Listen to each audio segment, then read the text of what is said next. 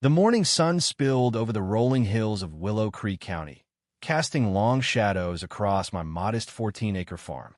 I'd inherited the land from my grandmother, Clara, for years ago, a patchwork of wildflower meadows, a weathered red barn, and a winding dirt driveway that snaked from the county road to my front porch.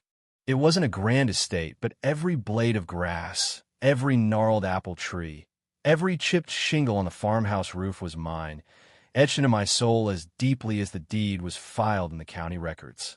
I'd spent my childhood summers here, chasing fireflies and listening to Clara's stories about the land's history, and now, at 34, I'd made it my home. On that quiet Wednesday in April 2025, I had no inkling that my peaceful existence was about to collide with a storm of greed and entitlement. I was out by the eastern fence line, knee-deep in a tangle of blackberry bushes, wrestling with a roll of wire to patch a gap where deer had trampled through. The air smelled of damp earth and spring blossoms, and the only sound were the rustle of leaves and the occasional chirp of a sparrow. Then came the rumbly, low, insistent growl that didn't belong. I straightened up, brushing dirt from my jeans, and squinted down the driveway. A sleek silver Range Rover was tearing toward me, its tires spitting gravel like shrapnel, a plume of dust trailing behind it like a war banner.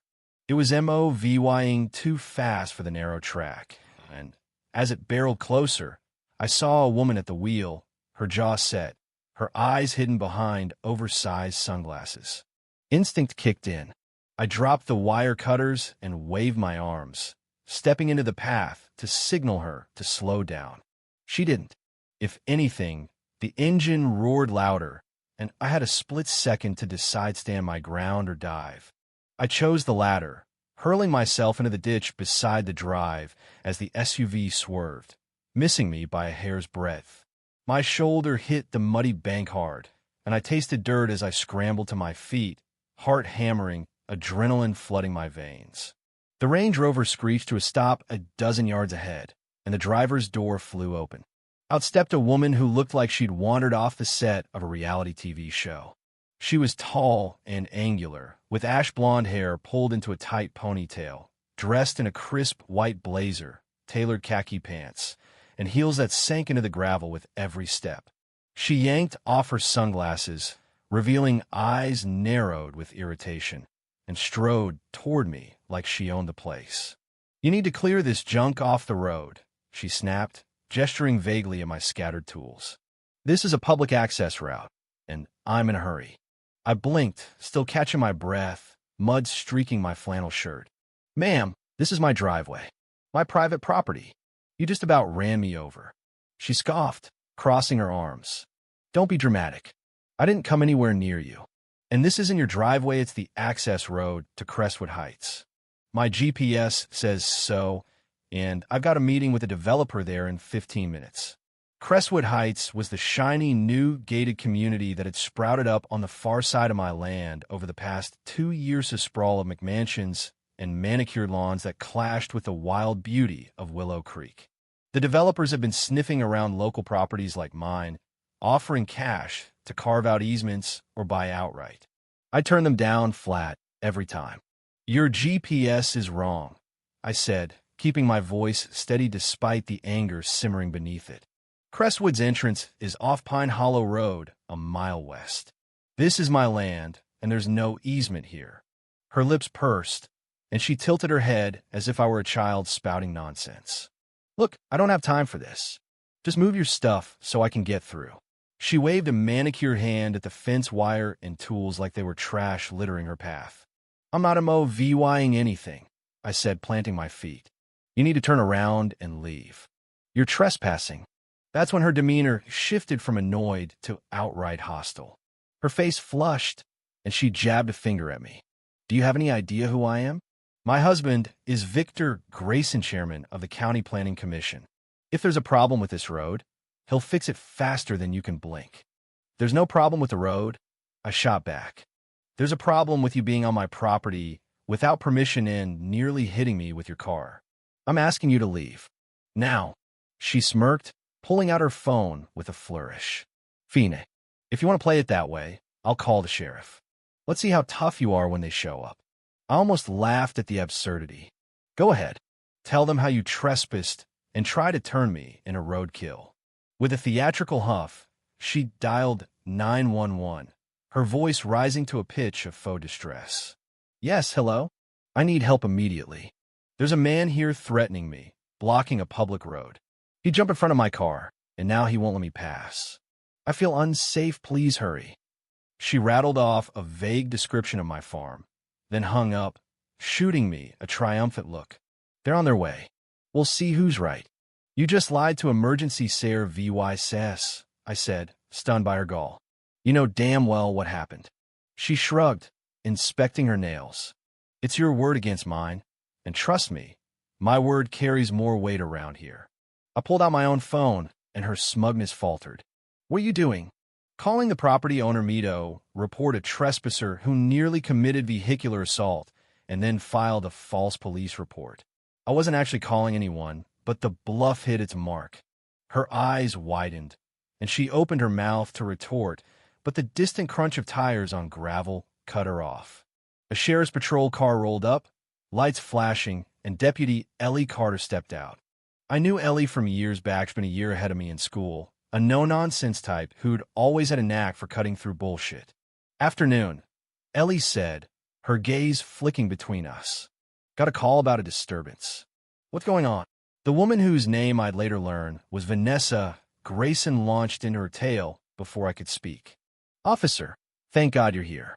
This man jumped in front of my car on a public road, and now he's refusing to let me through. I'm just trying to get to Crestwood Heights for an appointment. Ellie turned to me, one eyebrow raised. That how it went, Jake? No, Ellie, I said, meeting her eyes. This is my private driveway. She came speeding in, nearly ran me over while I was fixing my fence, and when I told her to leave, she called you with that story. Ellie nodded, then looked at Vanessa. Ma'am, can I see your ID? Vanessa hesitated, clearly expecting Ellie to side with her immediately, but she fished out her license and handed it over. Vanessa Grayson. Ellie read aloud, then glanced at me before continuing. You say you're headed to Crestwood Heights? Yes, and this is the way my GPS told me to go, Vanessa insisted. Ellie handed back the ID. I know this property, it's Jake Tanner's, and it's private land. There's no public access to Crestwood through here. Their entrance is off Pine Hollow. That can't be right, Vanessa sputtered. The GPS wouldn't send me somewhere I'm not allowed. GPS isn't perfect, Ellie said evenly. And neither is driving onto someone's land unit VY Ted. Jake says you almost hit him true. He's exaggerating, Vanessa snapped. He jumped out in front of me. Ellie glanced at me, taking in the mud on my clothes and the tools by the fence. Looks like he was working here when you showed up. Ma'am, filing a false report is serious business. So is trespassing. I'm going to need you to turn your vehicle around and leave. Vanessa's jaw dropped. This is outrageous. My husband. I don't care who your husband is. Ellie cut in. You're on private property. Go. For a moment, I thought Vanessa might argue, but Ellie's steady stare seemed to drain her bravado. She stormed back to her SUV, slammed the door, and peeled out, spraying gravel as she went. Once she was gone, Ellie sighed. You okay, Jake? Yeah, I said, brushing off my hands. Close call, though. She didn't even break. Want to press charges? I shook my head. Not unless she comes back. Ellie frowned. Her husband's Victor Grayson big shot on the planning commission. He's tied up with Crestwood's developers. This might not be random. A chill crept up my spine. You think she was here on purpose? Can't say for sure, Ellie replied. But I get some cameras up. Call me if sure anyone shows up again. She left, and I went back to my fence, but Ellie's warning gnawed at me. That night, I ordered a set of security cameras online, rush delivery. 2 days later, they arrived, and I spent the afternoon mounting them around the property covering the driveway, the barn, and the fence line near Crestwood. I also hammered a no trespassing sign into the ground at the driveway's entrance, its bold red letters a silent challenge. For a week, things were quiet. I tended my vegetable patch, fixed a leak in the barn roof, and worked on freelance carpentry designs for my home office. Then, on a rainy Tuesday morning, a certified letter arrived from the county planning office. It claimed I'd made unauthorized alterations to a potential access corridor on my property and demanded I cease all modifications pending a re-VYEW of historical easement rights. The signature at the bottom? Victor Grayson, Chairman. I read it twice, my hands trembling with fury. There was no easement. Clara had been obsessive about her boundaries, and I had the surveys to prove it. This was retaliation, plain and simple.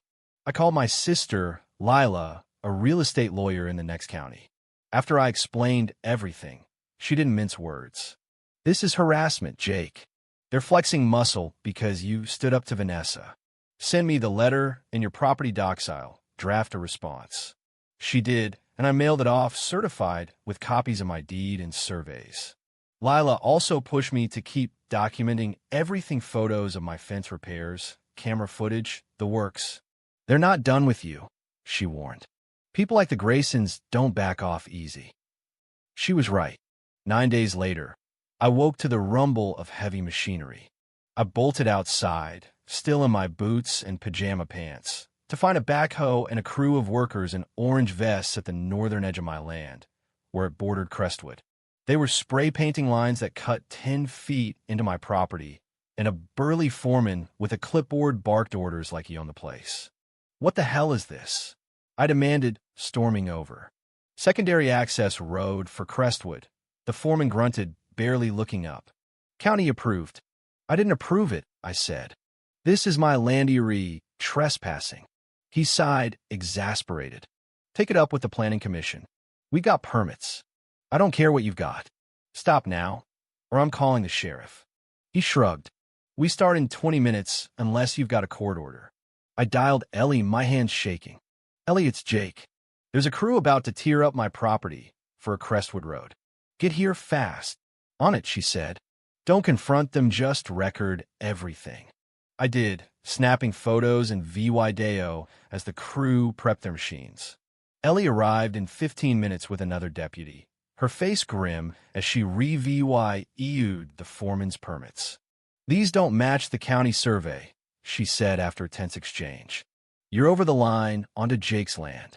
Move your equipment back until this is sorted. The foreman grumbled but complied, and after they retreated, Ellie pulled me aside. This stinks of Grayson. It's too soon after Vanessa's stunt to be coincidence. I got a letter from him last week, I admitted, threatening an easement re-VYEW. Her jaw tightened. Get Lila on this, Jake. File an injunction. This is escalating. I called Lila, and by the next morning, she filed for an emergency injunction to halt any construction near my property line. The judge granted it within horse-no work could proceed within 50 feet of my land until the boundary dispute was resolved. I thought that might buy me some breathing room, but the Graysons had other plans. That night, my phone buzzed with a text from an unknown number. You're fighting a losing battle. Sell now or regret it. I screenshot it and sent it to Lila and Ellie, my stomach churning. Sleep eluded me, and I spent the night checking the camera feeds, half expecting to see headlights in the dark. The next afternoon, a black Lexus rolled up my driveway, slow and deliberate. I stepped outside, pulse racing, as Victor Grayson himself emerged, tall, silver-haired, exuding the kind of polished menace you'd expect from a corporate shark. Mr. Tanner, he said, his smile cold. I thought we should talk man-to-man. You're trespassing, I said, crossing my arms. Like your wife did. He chuckled, unfazed. Vanessa can be impulsive. I'm here to smooth things over. Crestwood needs that access road will boost property values, including yours. We're prepared to pay triple market rate for a small strip. Yen it is? No. Not interested, I said. This land's not for sale, not to you. Not after your bulldozers and threats. His smile vanished. Progress doesn't wait, Mr. Tanner. Crestwood's the future jobs, growth, prosperity. You're standing in the way. That can get complicated. Tax audits, code violations, water rights issues. I pointed to the cameras. All recorded, Mr. Grayson. Threatening me on my own property? Bold move for a county official. He stiffened, glancing at the lenses, then recovered his composure. Think it over. The offer won't last. As he turned to leave, he added, "Oh, and check your well water. I hear there's been some reevaluation of local resources." The threat hung in the air like smoke. I called Lila, sent her the footage, and spent the evening researching water rights. What I found was chilling. A county water board, chaired by a Crestwood investor, had proposed changes that could restrict my well access. The web of influence was tightening around me. 2 days later, I noticed something off while checking my irrigation lines. The small stream that fed my fields clean and clear for decades was murky with an acrid smell. Dead minnows floated on the surface, and upstream, near Crestwood's boundary, the bank was torn up, muddy runoff seeping into the water. This wasn't an accident. I called Ellie, who brought an EPA agent named Sam Rivera. Sam took samples, his face darkening as he tested the water. "Industrial solvents," he said. "Deliberate contamination, Simeons, trying to tank your property." The camera footage from the night before showed a shadowy figure in a utility vehicle dumping something into the stream. Within hours, my farm was swarming with EPA techs, state police, and containment crews. The EVY Denke piled up chemicals traced to Crestwood's construction, tire tracks matching their equipment. Then Vanessa showed up with a lawyer claiming they'd gotten a tip about my land being a hazard. Sam shut them down. Fast the contamination came from their side, not mine. A week later, Victor was arrested, linked to the sabotage via texts and vehicle records. Vanessa followed, caught in the conspiracy. The scandal unraveled a cesspool of county corruption bribes, fake reports, coercion. My stand had cracked it wide open. 6 months on, Crestwood's new owners bought a fair easement from me, restoring the stream and protecting my land in perpetuity. Sitting on my porch, watching the sunset over Clara's farm, I felt the weight lift. Sheriff Ellie promoted after the shakeup stopped by, grinning. "You took down a giant, Jake." "Just held my ground," I said. "Sometimes that's enough." The stars emerged, and the stream sang its quiet song. My land was safe, and the Graysons had learned a hard lesson. Some things can't be taken not without a fight. If you were the one in this story, how would you react? Would you stand up and fight back, or accept the unreasonable pressure and control from the HOA? Share your thoughts in the comments below.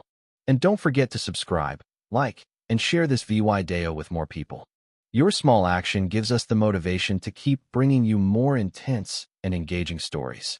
Thanks for watching, and we'll see you in the next video.